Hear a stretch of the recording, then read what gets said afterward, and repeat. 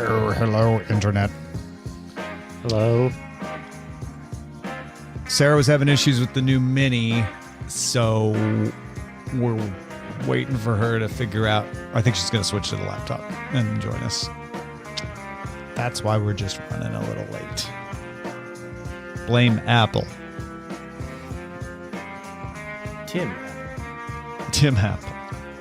I'm not that guy that will tell you I blame Apple for everything. I'm that guy that will tell you that I won't tell you that I would blame Apple. You're that guy. Yeah, that makes no, clearly.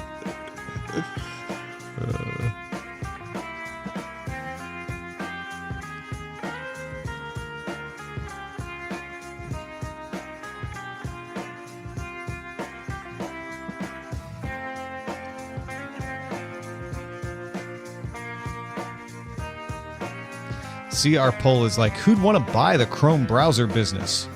Microsoft. Yeah. That's a full circle moment there. Not just Microsoft, Facebook. Yeah. Like Amazon. the FCC is just gonna Amazon have to would. break up browser monopolies for the rest of its life, back and forth forever. Mozilla.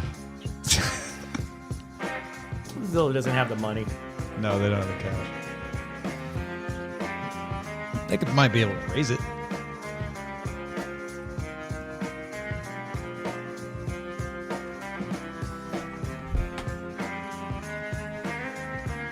How would they separate it though? Because Chrome is so integral to so many. They're not going to. Yeah. That's the short answer. I am more certain than when Microsoft was being toyed with being broken up that wouldn't happen. I didn't think it would. There's no way that this will happen. The DOJ hasn't even done their proposal. That won't happen until April. So we don't even, I'm pretty sure that story is true, that they're planning to, and they probably will. But that doesn't mean the judge will do it. And even if he does, Google's going to appeal. So yeah, it'll stay in court for so long if they were to say you got to break up that they would figure out how to make it not be an issue. Yeah, there won't be a Chrome browser by the time the court case is in. It's just the Google. We'll all be uploading our consciousness to an orbiting satellite. And I'm not pro antitrust. I don't want to come off like that. It's like I do think there should be some limits on what companies can do. But I don't know that there is another company that could afford Chrome and still have Chrome be Chrome to the extent to where they wouldn't just lose money hand over fist as soon as it is no longer part of Google. Mm-hmm. Yeah. That's why I went to Microsoft, because they would just make it Edge, which it already is Chromium powered. So boom. Instant install base.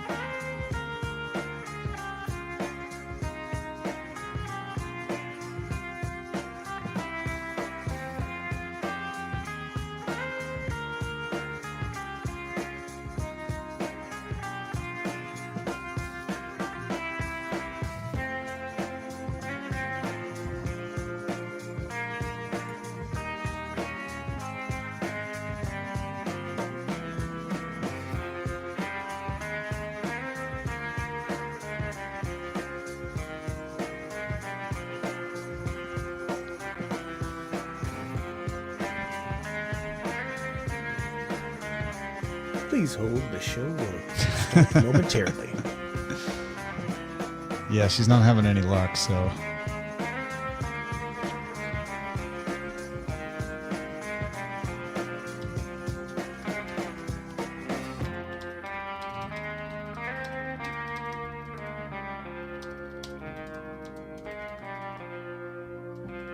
Oh no.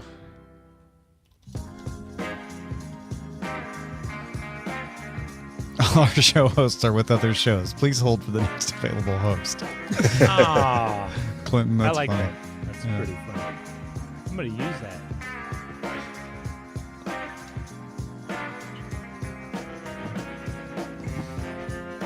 The current paying customer is busy with with another business.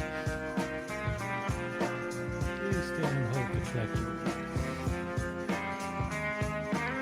Oh, she says she's in. Oh,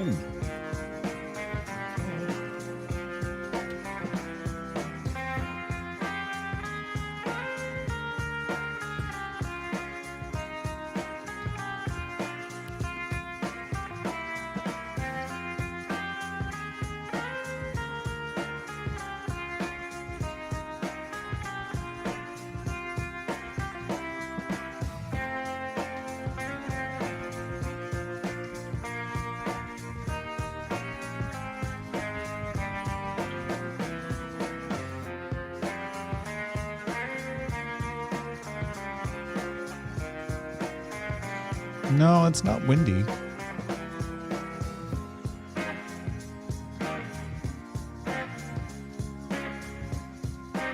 Just tech issues.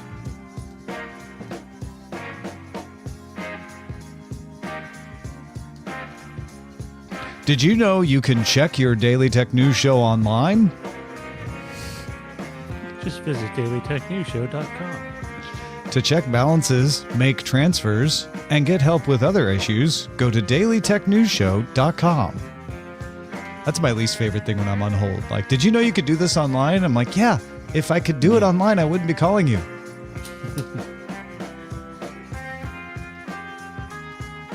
Or when you have an internet outage and you call and they tell you to go to their website.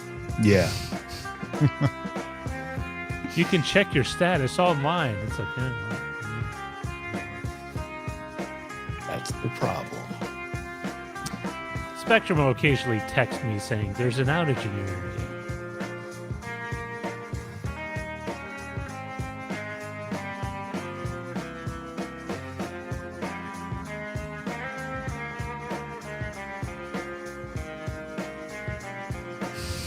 Ambassador Domo. That's when I just yell, agent, agent, agent at the voice prompt. Does that work? Please Does it? give me a human. Please. I always look for the please. operator button. Yeah, just zero it, zero, And they, zero, and zero. they bury it. I've tried it a few times and it yells at, like some of the But just one. the tree, the little call tree yells at you. I love that line. Please listen closely because our menu has changed. Lies. There is no way you have ever changed this menu. What a trick are you trying Or to it was pull changed here? like 10 years ago. And it's Yeah. like, it hasn't changed since the last time I called. That's for sure.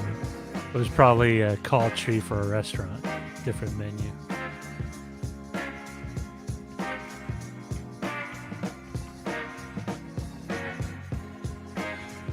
I would never want to have to call the IRS for technical support.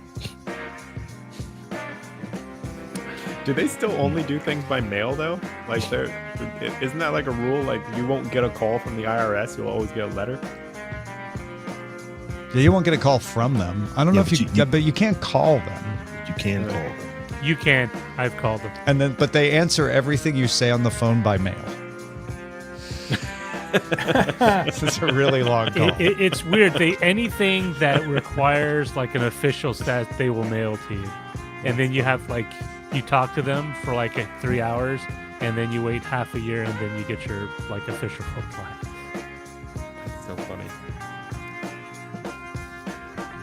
Your audit appeal has been declined.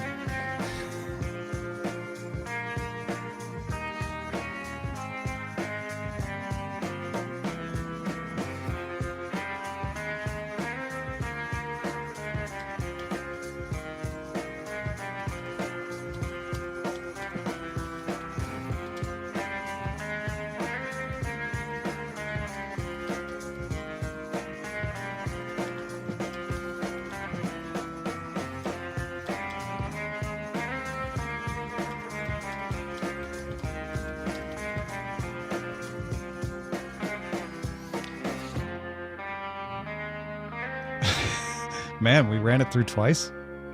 It is a good song, though. Yeah, it's a jam. It is a good song. Well, clearly, I'm in didn't pan out, so I think we'll just roll. Okay. She can pop in when she. Yeah, and Joe, just keep an eye and Yep. Not to worry. let us know. You all set with your end, Tom? Yeah. Rob, do you want to pick up Sarah's reads until Certainly. she joins us? Okay. I can do that. All right. All right, then. Have a good show, everybody.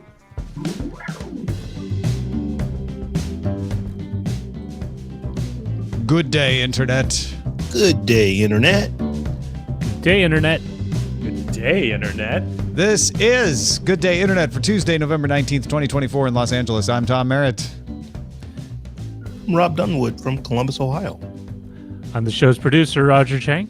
And joining us, the Amtrekker, who is also CEO of Yes More and Company. Brett Rounsaville, welcome to the show. Hi, gang. So good to be back. I upgraded my microphone and headphone set after last time. I felt so guilty last time I was here.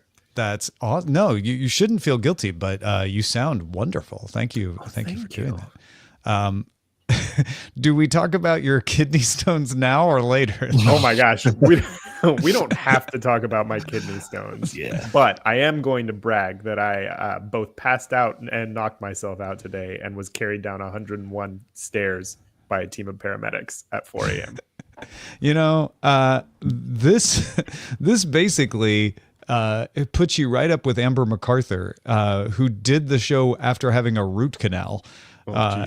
As one of the most intrepid guests we've ever had. So, are you okay though? You're. I mean, yeah? I'm great. Minus my face. My face kind of hurts. I think. Yeah, you can see a little bit. Yeah. Starting to get pretty black. I got like kind of this Beauty and the Beast look going on. But you didn't break any bones or brow anything. is occipital browing the heck out of itself today. Yeah. Yeah, nothing broken. Oh, thank goodness. I did have the other trial and tribulation I went through is I counted, it was 19 different stickers on my body. You know, those ones that they connect leads to. Oh, yeah. And I am not a hairless man. That was an adventure. Getting those things off. You are where those stickers used to be now. Though. Yeah, that's fair. Yeah. Well, Sarah Lane has a new Mac Mini. Unfortunately, that prevented her from joining the stream. We hope she's gonna jump in here when she gets going. She's trying to get the laptop working now. So hopefully, Sarah will be along with us shortly. Rob, that's that sends it to you because Sarah would read that next line. So Daily Tech News Show and Good Day Internet are made possible by its listeners. Thanks to all of you, including Justin Zellers, Pepper Geesey, and Carmen Bailey. And welcome new patrons, Antoine and Christian. Yes, this is an experimental Good Day Internet, supersized Good Day Internet. We'll spend more time hanging out, chatting, bring in the live audience more often, a little more of a discussion-oriented version. And Daily Tech News Show was done separately today. So that is already out in the feeds. If you're a patron, you got it already. So check for that. It's in the Acast feed. It's on the website. All of that. So look for that too. All right, before we... I just lost my place. No, you're on the right track though. Okay, you got it. So basically, this is an experiment. We're is definitely testing things out. So let's do this. Let's check out the news. Now, when we did the experiment last time, a lot of you said you missed the quick hits style stuff at the top. So to try something different, today I thought we would just look over what's at the top of the various tech aggregators out there.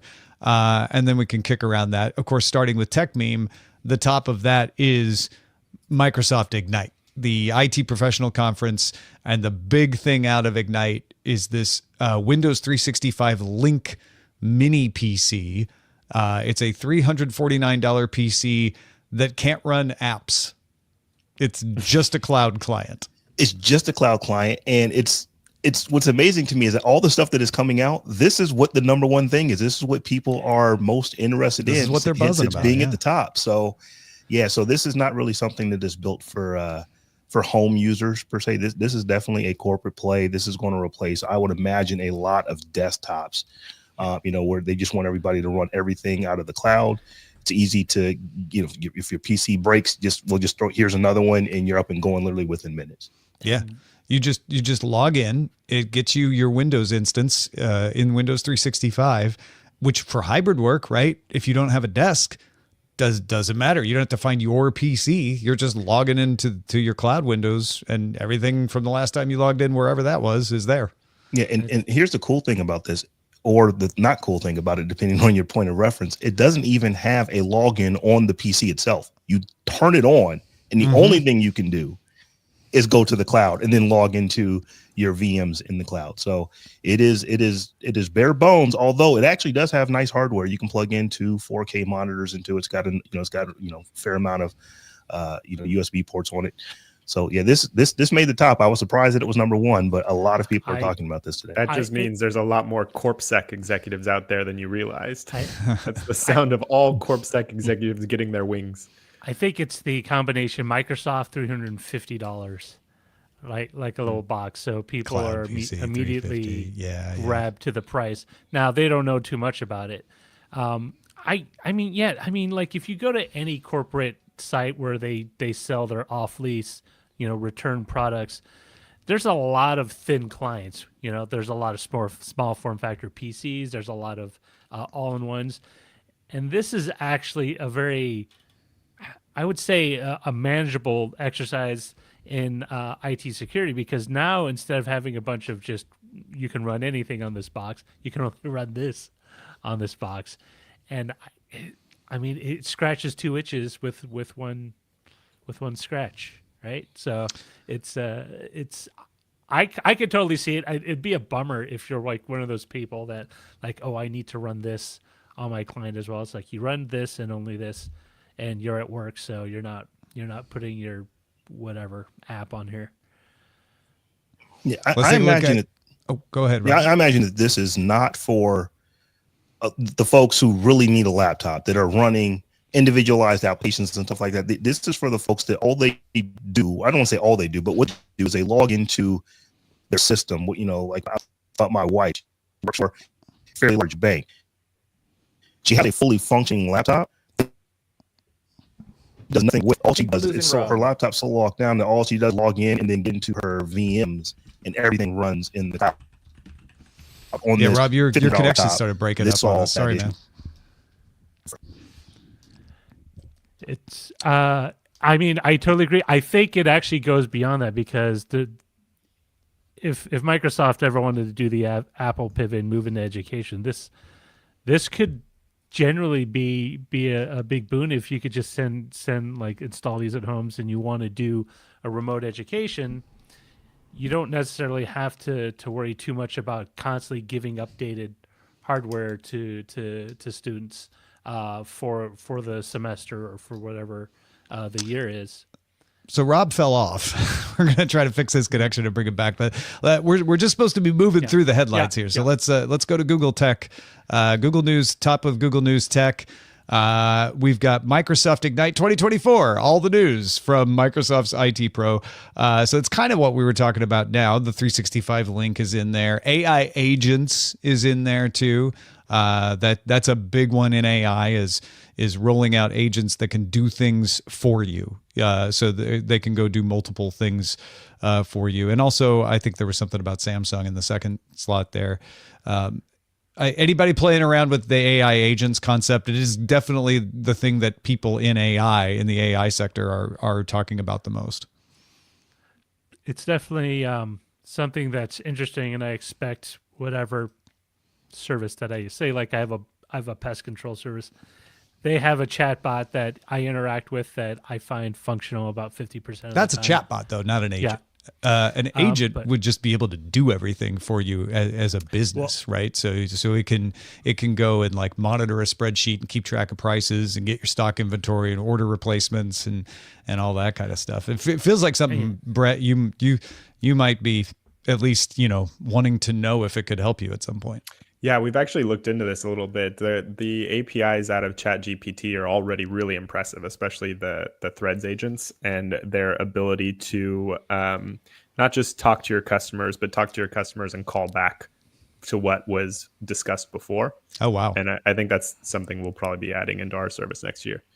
Now, adding into our service is Sarah Lane. Hey, I am so sorry, everybody. Sometimes tech issues take you down.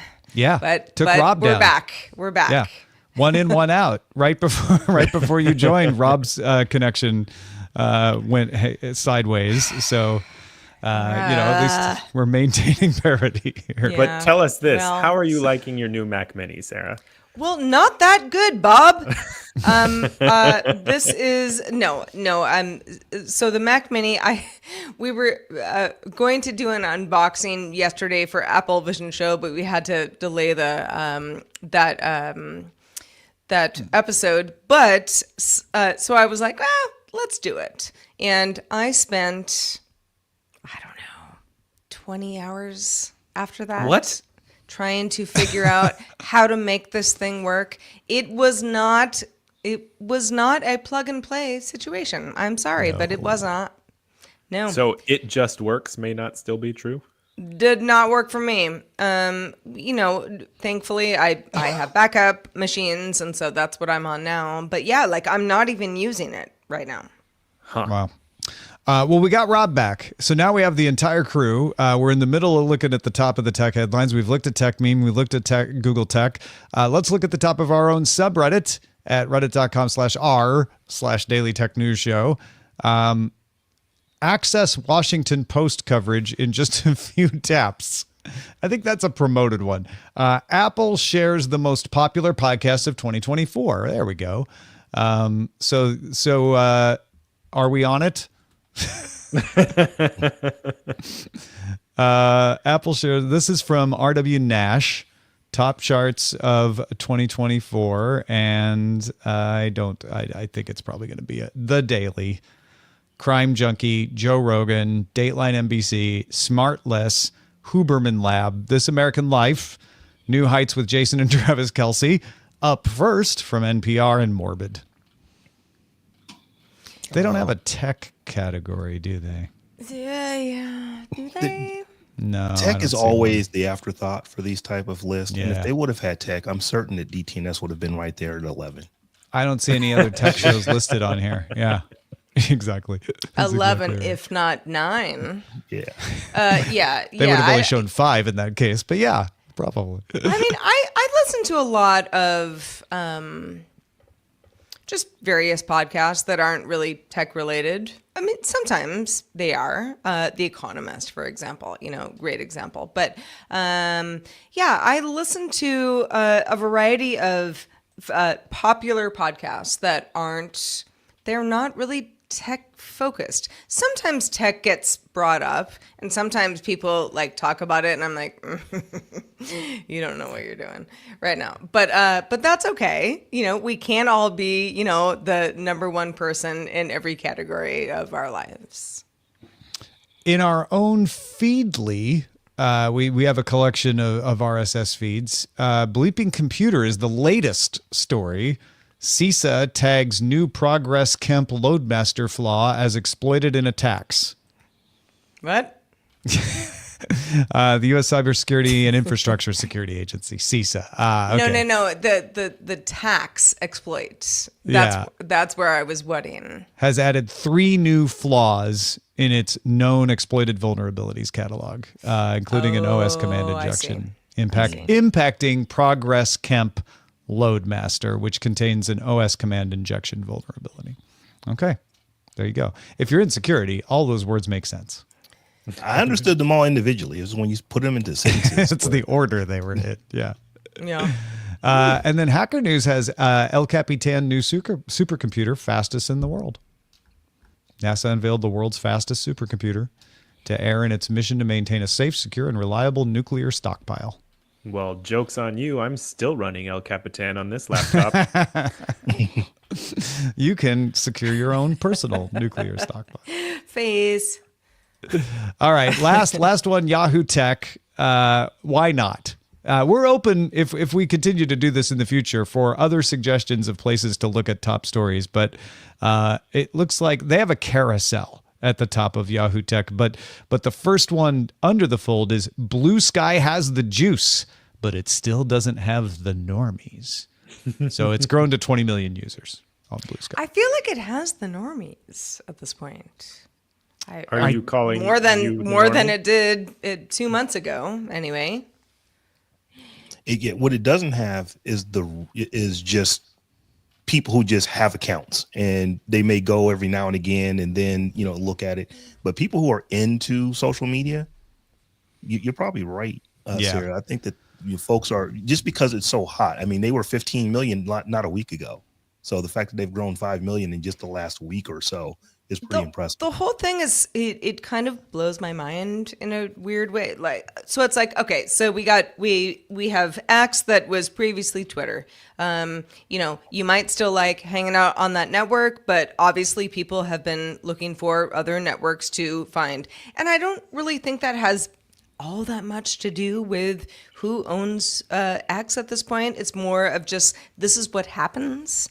When, people sort of go like, oh, all right, what's next? What's different? What's the thing for, the rest of us type thing.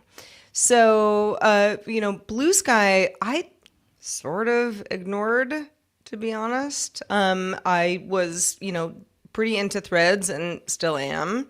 And I'm still active on X in some capacity. But yeah, the whole kind of the reason that so many people have flocked to Blue Sky, I'm not totally sure I understand that.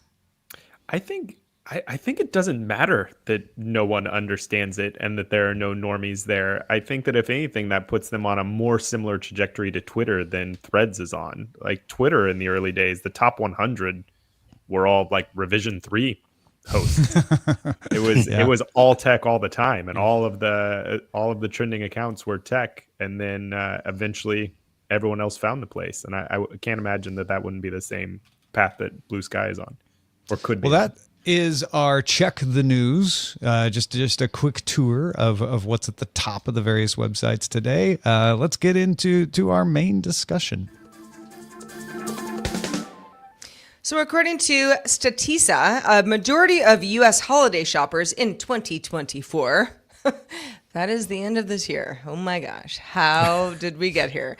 Will be doing their online shopping. That's how they do it. So its forecast is that the only time in-store shopping will surpass online channels will be the weekend after Thanksgiving and after Christmas, until the new year. So Brett, as CEO of Yes More & Co., you're focused on, obviously, talking about stuff like this, doing stuff like this, making shopping easier and simpler. So what have you noticed that works within consumers' holiday shopping? Yeah, I think convenience has kind of always been the key and always will be the key. And the only reason you're seeing this trend towards online shopping versus in-store shopping is because it continually marches towards more and more convenience for the average folks. Like shipping times get truncated every year after year, and the reason you see bumps in in-person spend after the holidays is because now it is more convenient to shop in person because returns are greatly simplified at big box stores. And I think that convenience will always be the answer. There's even so the startup that I helped run before this one was also an e-commerce startup where we worked with a lot of local merchants, and the local merchants still do big business every day, all through Christmas, because for those folks, foot traffic is the answer, and foot traffic equals convenience. Well, so I think that's really interesting because a lot of people say like, oh, everybody just shops online now. But that's not necessarily true. I mean, I like to go, touch an onion before I buy it, for example, instead of, getting it delivered to my house. But, your mileage may vary. But when it comes to, really doing something that is, a big purchase, a gift for example, for somebody, in the holiday season, why do you think people still enjoy going to stores? Well, like I said, I'm not sure that people all enjoy going to stores. I think the people who live next to stores enjoy going to stores. And I think Yeah. there are a subset of people for whom they will always love going to stores. But I think 9 times out of 10, people are after convenience and simplicity. And that's kind of always what they're after. And I mean, that's the bet we've placed at Yes More and Company. We're really betting big on the idea that there is a large niche of people who are always going to want more simple answers to shopping. Yeah, let's talk a little bit more about that because I am a new member to Yes More. Fun. Yeah, and thank you for shepherding me through that process. But the idea that somebody might want a, I don't know, a bowl or a vase or something that is maybe sort of are you really going to find that when you're shopping at the large store? Maybe yes, maybe no. But how do you as a company try to make people understand that this is like a really cool thing that they might want? Yeah. That's a great question. I think that a lot of it comes down to curation, like as opposed to going and searching bowl on Amazon where you'll get like hundreds and hundreds of bowls, and then you'll probably spend a lot of time searching through which bowl is the quote best and which one comes from what place with what shipping costs. Instead, like at Yes More and Company, we'll send you a text a week, or during the holidays, it's a text a day, so you can buy gifts and finish Christmas shopping with low effort. I think that in that case, our curation is sort of the magic piece of the puzzle where you know that you are going to get a 90th percentile product at just below retail. And we did our homework to make sure it's coming from a great small brand with a good story behind it. It's interesting you say the curation part because one of the issues I've always had with Amazon is they have stuff that's kind of close to what I need, but it's never exactly what I need. In case in point, I had to buy new bulbs for my car, headlight bulbs. And Amazon offered ones that fit, but they weren't the ones I wanted. I wanted a very specific brand, and I ended up going to... Were they Amazon Basics bulbs? No. Well, like they sell like the Sylvania, which is like the OEM part that most manufacturers use, and they sell all the other variations that Sylvania sells, and that's pretty much it. If you want from another provider, you're going to have to go and dig very deeply to find it. And then at that point, the prices are wildly different depending on who you buy it from. And so I just went to like an online bulb seller because they specialize in that. But Yeah. as catch-all as Amazon does, they don't have. They have things related, but they don't always have everything specifically for what I need. And like what you were saying, Brett, like having a curation, not having to dig through and then figuring out, hey, is this guy that some fly-by-night operation, or is this a legit company that I can trust? And if I have problems, I can return it and talk to someone about it and not just get a weird runaround. Yeah, you're speaking my language. Sorry, the thing that radicalized me toward this mission to simplify like Christmas shopping specifically is last year I tried to buy some stuff for my 2 little girls, and there was this game that I had seen them play that I knew that they loved called magnetic chess. And it's not like chess. It's like these little rocks that you put down in this circle, and if they stick together, they all then you have to pick them up. This is a fun game, but like the point is I went to Amazon and I searched magnetic chess, and it's not that didn't come up. It's that 48 versions of that came up, all from different factories in China or different drop shippers in the US, all with slightly different packaging, all with slightly different inserts. And I spent 45 minutes just trying to figure out which of these was like the best one. And I like ended up picking one, but I don't know if I got the right one. So there was like stress and anxiety around that. And so I was like, this is terrible. This is a really bad experience. They set out to become the everything store and they succeeded. And that's the problem. I want simplicity in my life. So that led me there. And then last week I was like, I wonder if they've solved this problem this year. And I searched magnetic chess and I counted 183 different versions. It got 5 times worse in a year. Wow. So, Brett, for anybody who doesn't understand drop shipping, is there an easy way for you to explain that. Yeah, drop shipping is really simple. It usually is either a factory or manufacturer or a brand who is doing all of the shipping, and then another entity who's doing all the selling that aggregates demand. So in fact, Yes More and Company, during the holidays, we do about 50% drop shipping and 50% fulfillment that's our own, where we will sell a product and then the brand will ship it directly to the end user, and that's drop shipping. Got it. I like what you're talking about, Brett, because a lot of times when I'm holiday shopping, we've talked a lot about when I'm looking for a thing, I can't find it or it goes out of stock. A lot of times I don't know what I'm looking for. I'm like, I need a gift for my sister, but maybe she hasn't told me what she wants and I need to figure something out.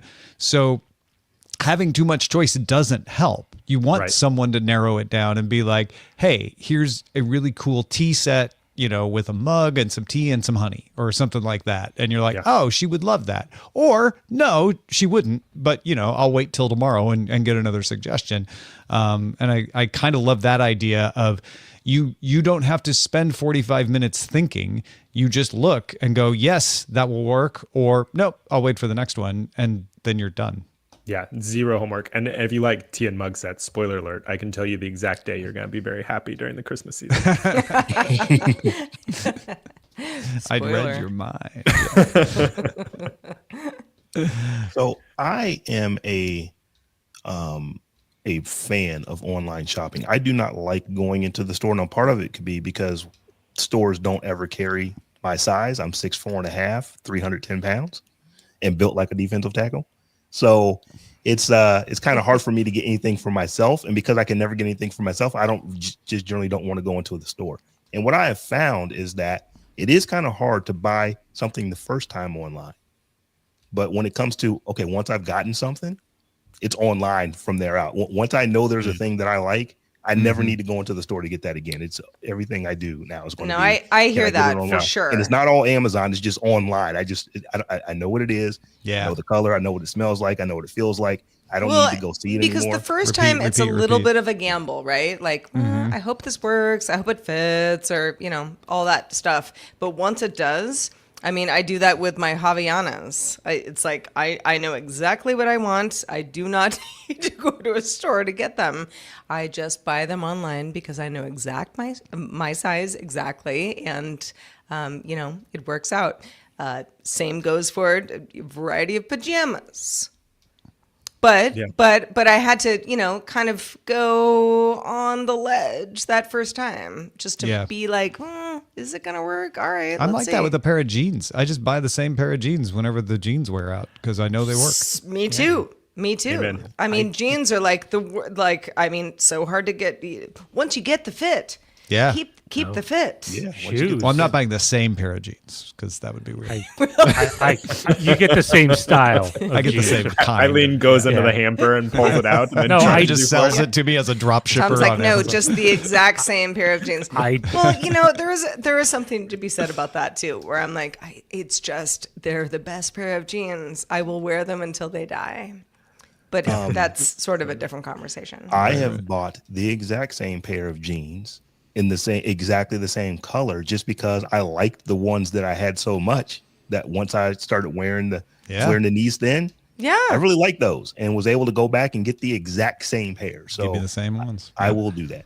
I was talking to another e-commerce founder just this week, and I also think that's kind of what breaks preference engines in online shopping when you're trying to buy stuff, and then you will end up like getting fed those jeans over and over and over again because you fit like not just that previous purchase demo, but also the actual demographic. And so now, instead of getting the things that you're looking for, which like during the holidays, of course, is like looking for gifts for someone else, you're just going to keep getting wallets and jeans over and over and over and over again. Yeah, no, I've definitely had that. Oh my gosh. I mean, so many wallets to buy. I also get really odd recommendations sometimes because of gifts I've bought for other people. Where it's like, wow, you have a very weird, wide variety of tastes. And I was like, no, I just bought Christmas presents for a lot of different kinds of people. Yeah. I will tell you, the biggest thing that I get served to ad-wise is sheets. like bed sheets. Oh, interesting. Oh yeah. Yeah, because I bought bed sheets 3 years ago and I like them and they're still on my bed. It's because and Instagram's listening to you, Sarah. Yeah. I know. I mean, sometimes I wonder. I wonder I a mean, little bit. the secret is the higher the margin the product, the longer it's going to follow you around on the internet for. Well, I think that's probably a big part of it. Yeah, to the point where I'm like, I will eventually buy new sheets, but like, you don't like go through sheets in a year. Yeah. I mean, not in my Most people house don't. anyway. Yeah. So I don't. If you have Well, you kids, know- I don't know. It's a mixed bag. That's a different. Because they are listening to you. They may have thought, well, you know what? She does Airbnb. So they could have like, you know what? Not She's going to anymore, need but extra yeah, sheets. might- She's going to be going through those she sheets a little used to quicker. though, and They might maybe she still will think again. that. Yeah. Well, Brett, thanks so much for chatting with us about this. I know you're going to stick around and talk with Totally. the rest of the stuff, but if people want to find out more about Yes More and Company, where should they go? Yeah, just go to yesmoreandco.com, and we're running like a big some big holiday messaging right now. So normally during the year we do like a text a week. That's something based on your preferences, and during the holiday season we're going to do a text a day at noon Pacific starting next week, and they're going to be the perfect gift for someone. You just say yes and it shows up at your door. Just zero homework. Easy as pie. Fantastic. Awesome.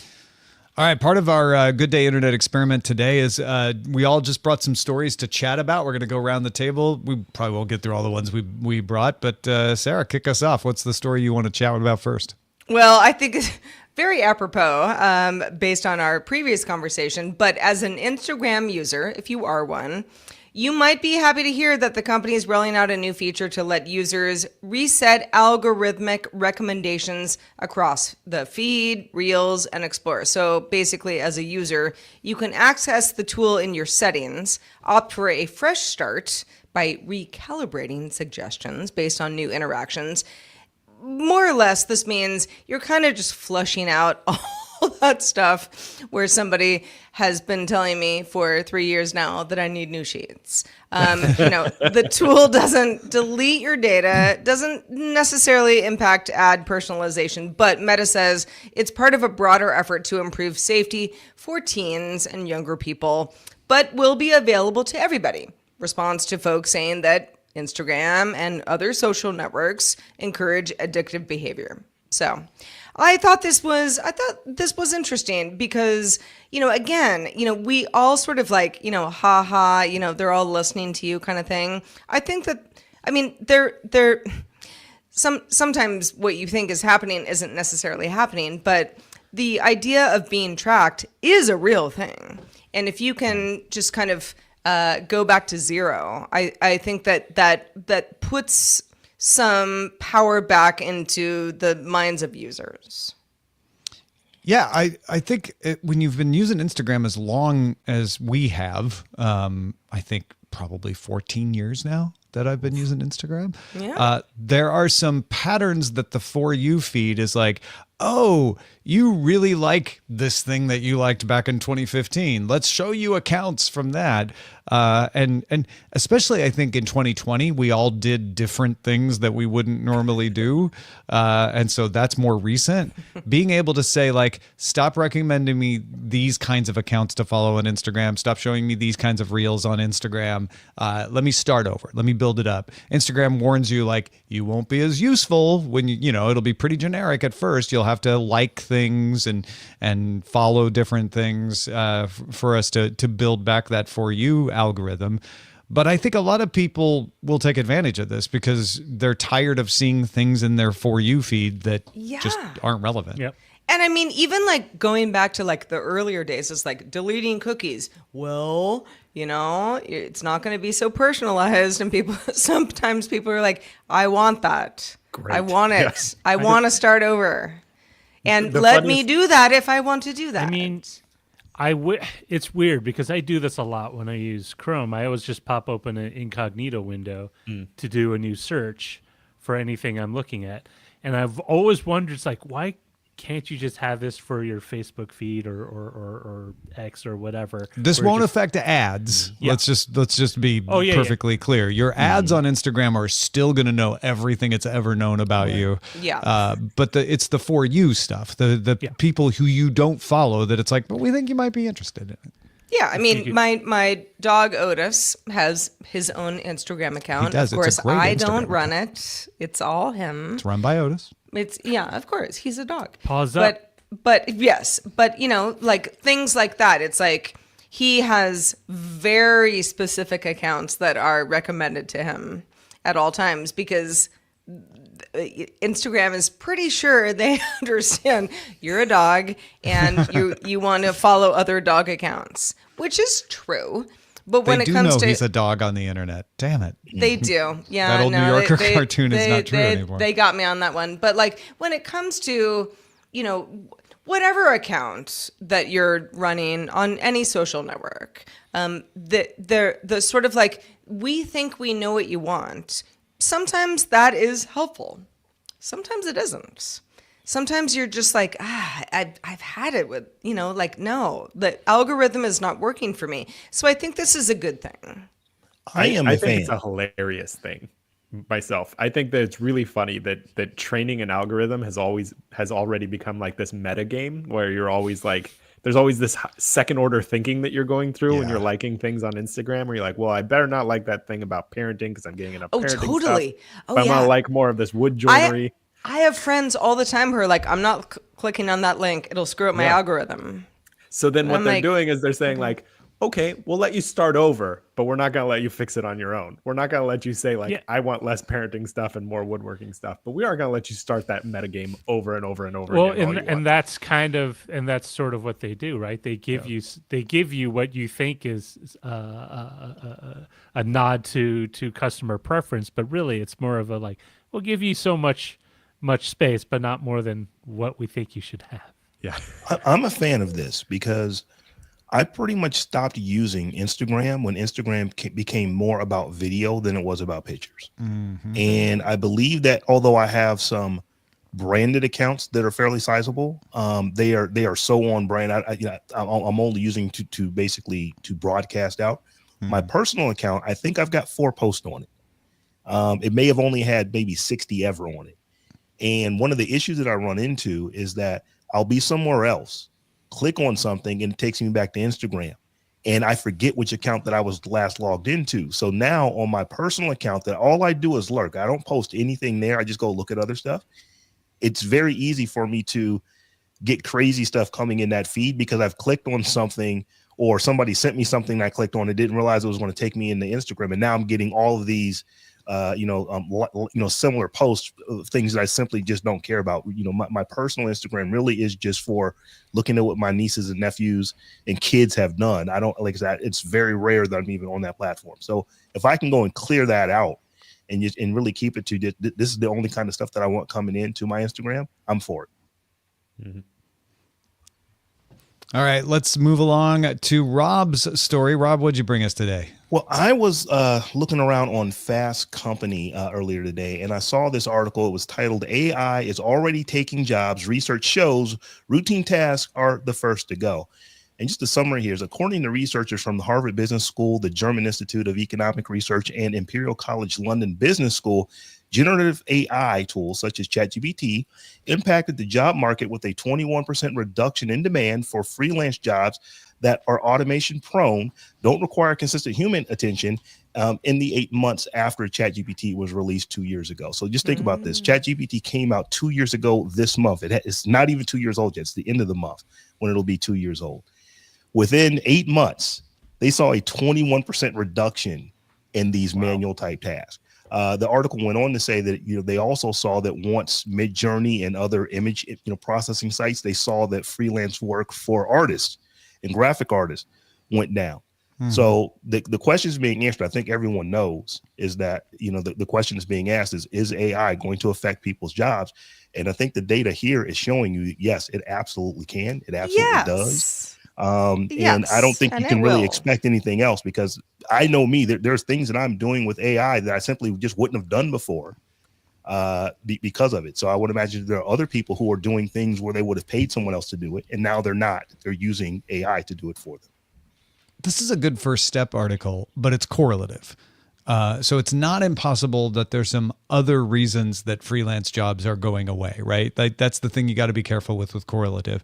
I think it makes sense to me that like, you know, you've got this line and then ChatGPT comes out and then the line goes down. The ChatGPT is likely to have been part of that, but we also have other, you know, economic factors going on. So I think the next step, I don't have an issue with this study. It's like, hey, it looks like that might be a fact. The next step is to tease that out a little more, because not only can you show like what's the actual impact of ChatGPT directly, if we could find that out, but like what specific freelance jobs did it depress, and what other ones did it maybe not have as much of an effect on? Like there's different kinds of copywriters. There's copy editing, there's line editing, there's creative edits, there's, you know, creative writing.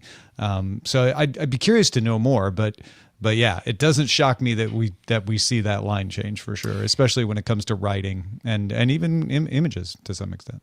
So I know that, you know, everybody's lives are different, but I do have sort of an on the ground situation that I think speaks to the story from you, Rob. Friend of mine had a personal assistant for quite a few years, and you know, just, you know, he's busy. They were helpful. You know, just kind of doing that stuff. A lot of people have that. And he recently was like, you know, a lot of the stuff that they were doing, I now can do just, you know, in the car, being like, oh, let me like compose this email and then just like have ChatGPT clean it up a little bit, you know, kind of thing. And there are a lot of more examples of this. And I'm not saying that is everybody who is, you know, an assistant to somebody else, you know, should fear for their job. That's not what I'm saying. But I do see that this is happening, you know, with people that feel like AI can work for them to the point where the sort of like, hey, help me out with this stuff that I can't do because I'm too busy doing this other thing, is probably going to keep happening. Yeah. One of the other aspects is this is one of Andrew Main's favorite topics to talk about, by the way. If he were here, he would take up the rest of the show talking about this. Yeah, you can go to the attention mechanism and get like 17 episodes about this kind of stuff right now. Yeah. In fact, we're going to talk to Andrew about AGI and ChatGPT and stuff on a future episode. So keep an ear out for that. I think that's going to come next Monday. Yeah, the short version of what he would like you to think about in a situation like this is like there are absolutely specific job loss situations. Are there net job loss situations, or are those people finding other ways to make more money or the same money doing other jobs also using ChatGPT? And that is a big unknown right now. Yeah, that's a good point. Yeah, I am in the camp of there are things that I have paid people to do. Generally, it's been, you know, like creating an image for a podcast cover art, or a YouTube, the YouTube little image that you have, and you know, I was just paying someone on Fiverr to do that. And it's the same thing. It's like, oh, let me try this on Midjourney. It's like, oh, this is good enough. Now, is it as good as what I was getting? No, but it was good enough. And when you factored in the price difference, it was good enough. So, and I don't say that to say like I'm trying to stick it to artists and stuff like that, because I understand where they're coming from. But yeah, this is, I would imagine that, at the time, as you said, you probably can't attribute the entire 22% to just ChatGPT in these things, but it definitely played, I would imagine, probably, high single, if not double digit points in that overall. Yeah. comparison. That's what I'm at. It's like, so, I'm sure it's probably, maybe 10, 11% or more. I'm curious, is it 19? Because that's more interesting than if it's 11. Yeah, I read an article not too long ago, and it was talking about it was a study that was done globally, and I'm sorry I can't think of exactly where the study came from, but they essentially were just looking at how gung-ho are people about about AI? And it's starting to slow down in the United States. Like globally, I want to say that like the use of AI in the job, people just using it on their own, only went up 1% over the time that this study was being done, whereas globally it went up like almost 5%. And one of the key indicators that was in this is that when they asked Americans specifically about talking to their managers about AI, many of them were kind of gun shy about saying, I don't want my manager to know that I use AI to do this. So it kind of got me to thinking, it's like, that's interesting. Why wouldn't you want your manager to know that you used AI? And my first thought is, well, because if they weren't directing you to use it and you used it on your own and it made you that much more productive, two things can happen. You either are going to give yourself more work or you put yourself out of work. Put up a job. Right. Yeah. There's also, I would bet, a trailing indicator with VCs, because VC money for AI projects is like the purse strings are tightening up there in a big way. Like 2 years ago or a year ago, even, you could just say, we are doing AI blank and get a check. And now VCs are hip to the fact that, one, those are all ridiculously easy companies to spin up, and two, distribution still matters more than anything else. Well, and also, I mean, the companies that invested in the big AI companies already did that. Yep, So if you're exactly. like, trying to be like, round 7, Yeah. best of luck. Well, I'll tell you something that wasn't AI: the Jake Paul versus Mike Tyson fight on boy. Friday. Oh, wow. Anybody watch it? Any of us? I didn't tried. watch it. I tried to watch it. Rob It had was- the answer. I didn't realize it happened on Friday. I mean, I would have watched it, I guess, out of morbid curiosity. But at the same time, I, kind of thought the whole thing was a little silly. Well, 108 million viewers apparently also tried to watch it along with you, Rob. 65 million concurrent streams at the peak. So that means, at the most, 65 million people were watching it at one time, but 108 million people over the course watched it. There's a lot of talk about the lagginess and the dropouts and all of the issues they had with streaming it, but apparently enough people stuck with it, that they kept these numbers up, and Netflix is touting it as the most watched sporting event of all time. Ever. I mean, how long Most was streamed, I should say. Most this streamed. whole thing was been, like they're going to do it. Like, wasn't that like a year ago? I feel like we've been talking about this fight for a very, very long time. Yeah, So, it's for anticipation. that reason, I think, you get a lot of people being like, we have to watch it. Now, it finally happened. It finally did. All I will say that's a is global- this to Netflix. Yeah, that is globally 100 globally. Netflix, you have now announced that you will cover a Christmas Day football game where Beyonce will be the halftime show. Yep. If you do not want to have a lot of people that are mad at you, you better make sure that Beyonce is in full high fidelity when she is doing her thing. That would not be good for you if you can't figure that out. Now, I would imagine that the we're talking about Christmas Day football, so it's not going to be a worldwide event at that point. Although I would imagine a lot of people will tune in from wherever they are just to see Beyonce. I mean, that's all I do on Christmas is watch football. And Beyonce. But yeah, they definitely want to make sure that tech is working. She's, cherry on top. I've been talking to my friend Andy, who works in streaming, and he's been very involved in looking around and talking with his own colleagues about what they thought went wrong. The best guess seems to be that Netflix just underestimated how many streams were going to watch this, and it's a particularly difficult thing to anticipate because you don't have all the streams coming from one region. They were coming from everywhere. And so with Netflix's CDN, again, it's built on VOD, so they're very experienced in video on demand, but live streaming is a different thing, and you want to keep the latency down so there's not a huge lag, and you have to be able to distribute it where the people are in multiple regions. You don't want to have overcapacity or you're wasting money, but you want to have enough overcapacity that some unanticipated lift in the demand doesn't cause lag to go down, and they just predicted wrong. Maybe overall they just predicted not this many people would be interested, or maybe they just predicted the wrong regions would be interested is kind of the estimate. But all of those people who are in the industry are like, they're not going to have a problem with the NFL. Even with announcing Beyonce, they're not going to have a problem with the NFL because it's way more predictable how many people are going to watch an NFL football game on Christmas Day.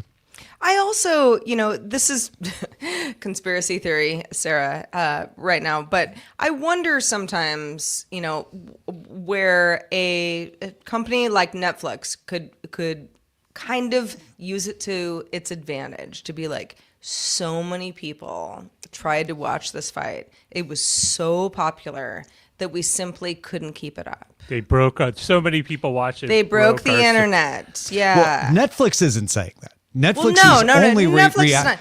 not. But I think there is something to that. There's a marketing opportunity. But they're not using it, is my point. So no, but it's the same thing as some a new I don't know. There's a website where you're gonna buy a product, and all of a sudden, oh no, the website's down. It's so popular, and people, they think like, oh, it's so good. Yeah. I have to keep trying that much more. It's certainly to their benefit that we're talking about their stream quality right now and not elder abuse. Good point. Yeah. Yeah, that fight probably shouldn't happen.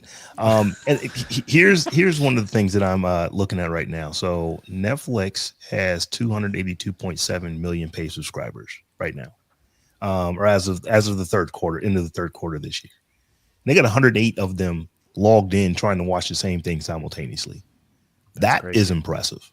Yeah. That is.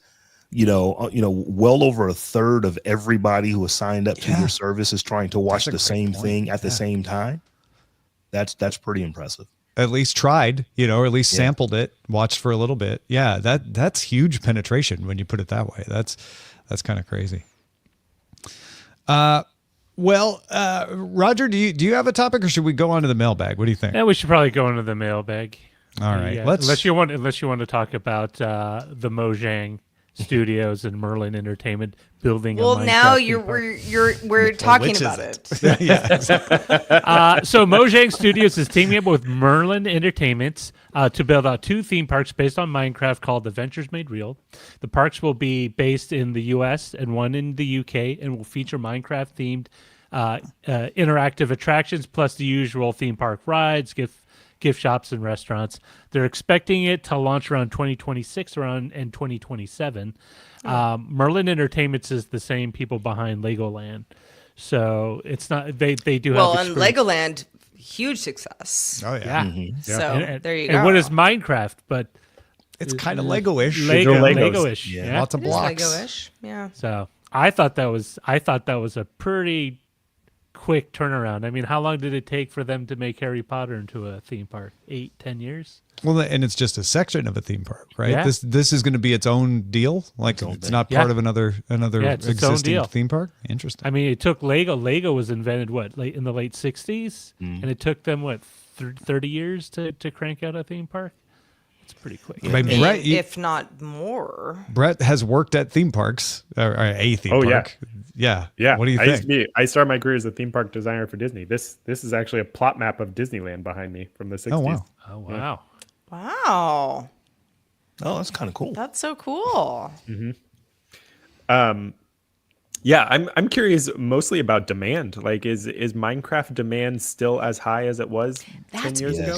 That was my question as well. It's like, isn't it all sort of Roblox when you're talking about the kids? I don't know. I mean, a lot of this is 173.29 million monthly active players for Minecraft. That's a All right. fair So number. yeah, and there's a it's still very Minecraft movie popular. rolling out. It's a large country. Yeah. Yeah. I mean, like, Yeah.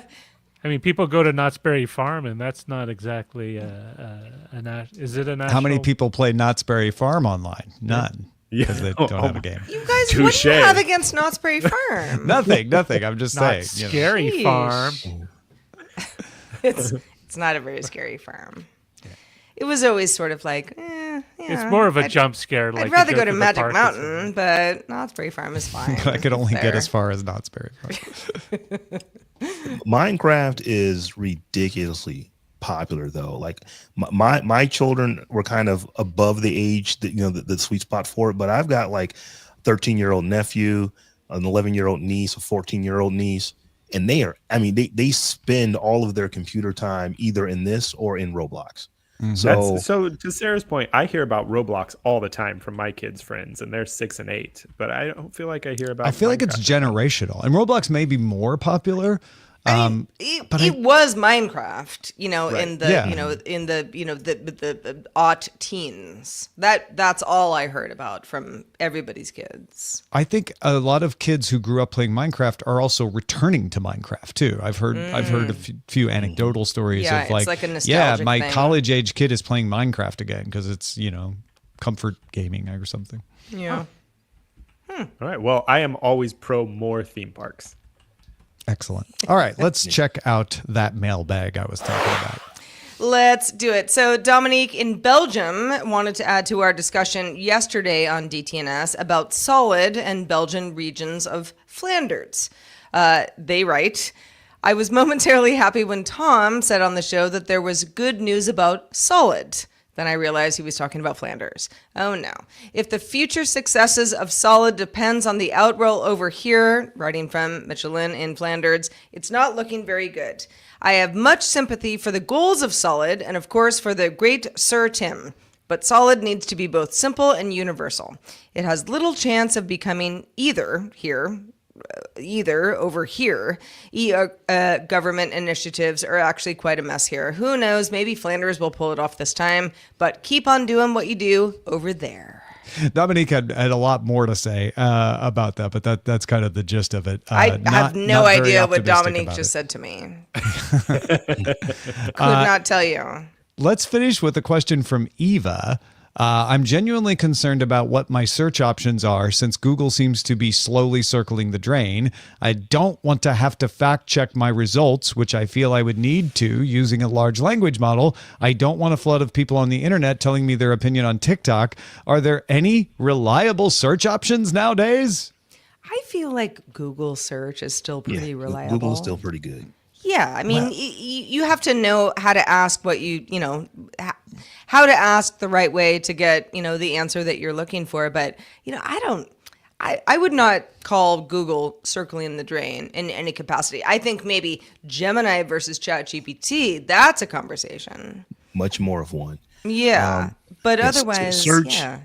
Search could change, and Google is not worried about them no longer being a player in search. They're worried about anyone else taking 5, 10, 15% of their market dominance. That's where their concern is, because for them, that's billions and billions of dollars that they make. So, Google is still going to be good for search, probably for the foreseeable future. I still split it between Google and DuckDuckGo. I was going to say, that said, Eva did ask for options, and I think DuckDuckGo is a good one. Yeah, I use DuckDuckGo quite a bit.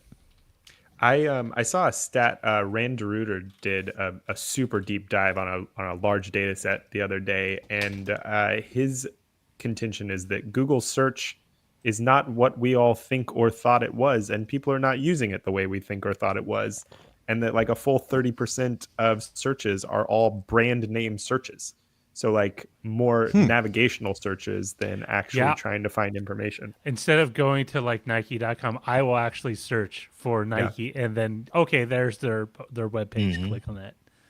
Even though it's Nike.com? I don't know. It's literally muscle memory. It's so weird. I do that sometimes too, where I'm just like, I just give it to me. If I don't remember the URL, because it's like, wait, is it the Nike? Like I know they have a different URL than the obvious, then I'll do that too. So I hear you. Yeah, he's like a search marketing expert. So he put into like 3 buckets. I think it was brand searches, and then informational searches, and then like non-specific searches, which are like searching for running shoes as opposed to searching for Nike or something. And that number that it seems like it should be what Google is actually useful for is a tiny sliver of what actual searches are. Huh. It's interesting. Well, that explains a lot, actually. It does. Yeah. Search. How's that work? Why does that search not work for you? Because Google is like, you're not important. Nobody does that search. Right. Yeah. Well, indeed we do sometimes. Brett Rounsaville, thank you so much for being with us on the show today. Let folks know where to keep up with your latest. Yeah, you can always find me as Amtrekker on Threads. I don't check the Twitter so much, and I haven't made the migration to Blue Sky yet, but Amtrekker on Threads. And then, of course, go sign up for holiday shopping on yesmoreandco.com. We have like Excellent. really great stuff lined up this year. I'm not gonna lie. I can't guys. wait to see it. Yeah. I'm anticipating the text messages. I'm checking it out as we speak. Atta Rob. Patrons, what did you think of the second supersized Good Day Internet experiment? Let us know in the comments, or you can just email them directly to us. We really appreciated all the comments we got last time. We took all of it into account and tweaked some things. So feedback at dailytechnewsshow.com.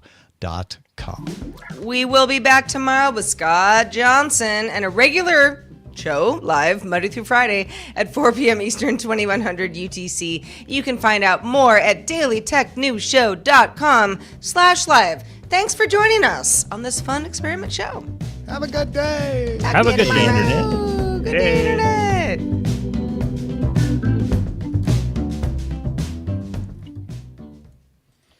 All right, we are still live, so we can pick show titles and the like.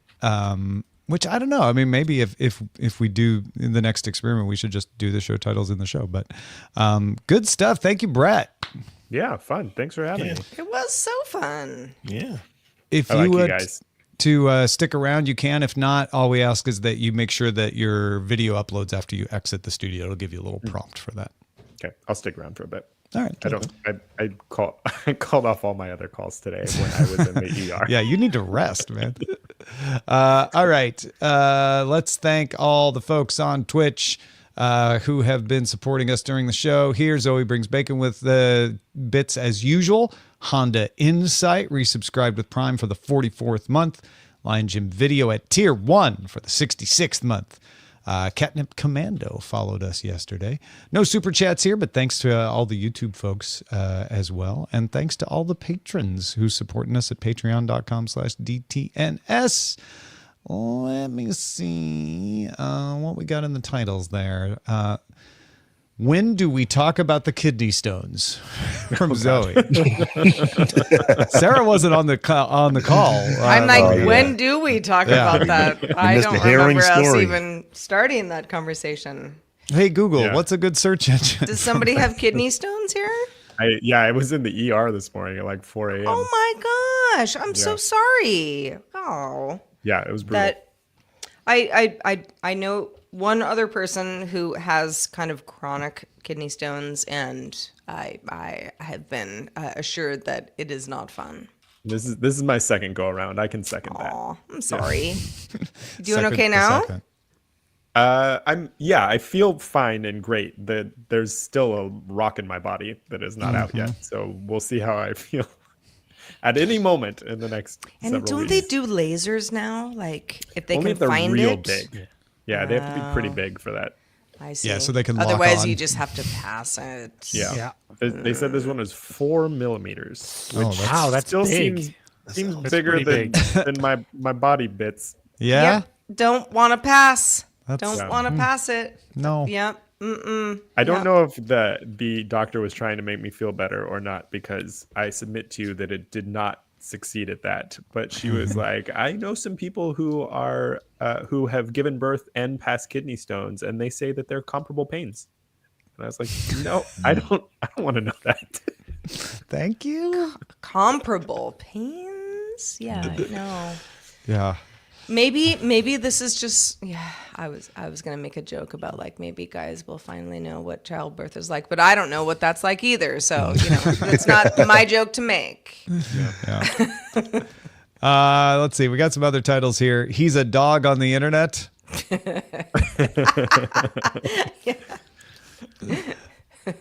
Nobody knows you're a dog until they do. Now they do. Securing your own nuclear stockpile. I like that one.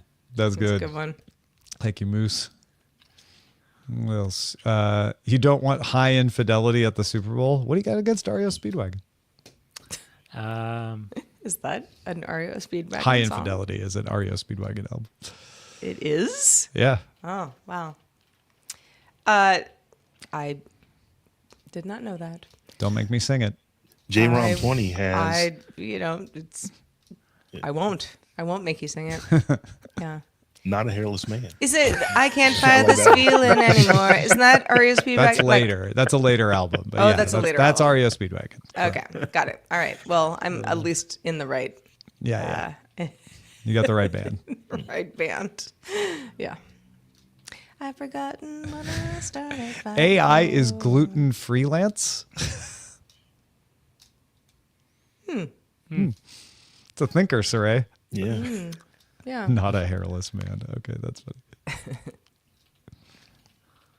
Lego-ish. Tell me more about your kidney stones from Stealth Dave. No, seriously, tell me more about them. Tell me more. I feel a little awkward about how much I've already talked about my again. kidney stones. I mean, listen, I joined late. I didn't hear a darn thing. I was like, what?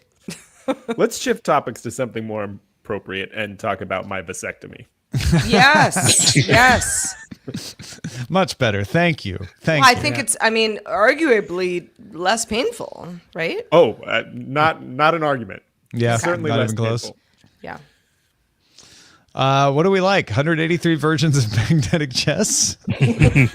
Versions of magnetic chess. Yes. I mean, guys, I am genuinely fired up about that. It is crazy that if you want something like that, you have to go through that. It's bonkers. Of magnetic chess. Also, it is a good game, and I recommend it. Like, go search it on Amazon, and And it's find not one to just chess where the pieces are magnetic. Because No, that's it's not. also confusing. buy. Yeah, and although like impressively, Amazon does do. I mean, they also show you games of magnetic chess, but they show you 183 versions of the one I was looking for too. Yeah. It looks cool though. I'm actually here looking at the game. It's like that looks kind of fun. It's fun and it's so simple. So like playing it with like a 6-year-old and an 8-year-old, or I don't know how old your nieces and nephews are, but like it's solid. It's a good Christmas present. All right. Might have to keep that in mind. What are we going with for the title?